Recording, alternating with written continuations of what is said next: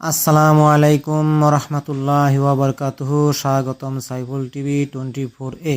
আজকে আমি এমন কিছু আপনাদেরকে দেখাবো যা শুনলে আপনি অবাক হয়ে যাবেন ইনশাআল্লাহ।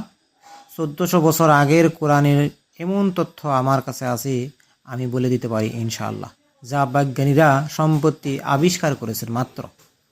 চলুন দেখি, 3টি পয়েন্ট আপনাদেরকে আমি বলে দিই ইনশাআল্লাহ। প্রথম পয়েন্ট, সূরা আম্বিয়ার 30 নম্বর আয়াতে আল্লাহ পাক বলেন, আকাশ ও পৃথিবী একসাথে ছিল, কিন্তু পরে আমি আলাদা করে দিলাম।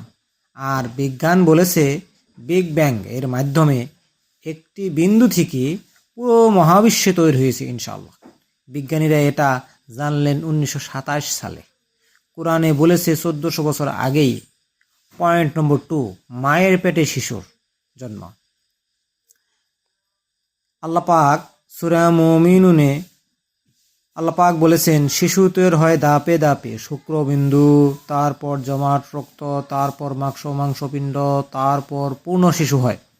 আধুনিক বিজ্ঞানীরাও বলে মায়ের পেটে ঠিক একই ধাপে ধাপে বড় হয়। বিখ্যাত বিজ্ঞানী ডক্টর কিথ মুর এই আয়াত পড়ে বলেছিলেন, এটা 1400 বছর আগে জানা অসম্ভব ছিল। পয়েন্ট নম্বর 3, এই সমুদ্রের মাঝে দেওয়াল। সূরা আর রহমানে আল্লাহ পাক বলেছেন, দুটো সমুদ্র পাশাপাশি আছে, কিন্তু তারা মিশে যায় না।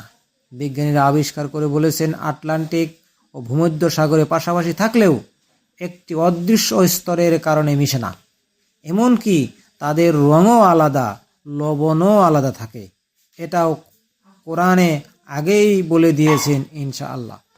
বন্ধুরা, বিজ্ঞান বছরের পর বছর গবেষণা করে যা জেনেছে বুঝেছে, কোরআন তা 1400 বছর আগেই বলে দিয়েছে ইনশাআল্লাহ। এটাই প্রমাণ, কোরআন কোনো মানুষের লেখা নয়, এটা আল্লাহর বাণী। আসসালাম।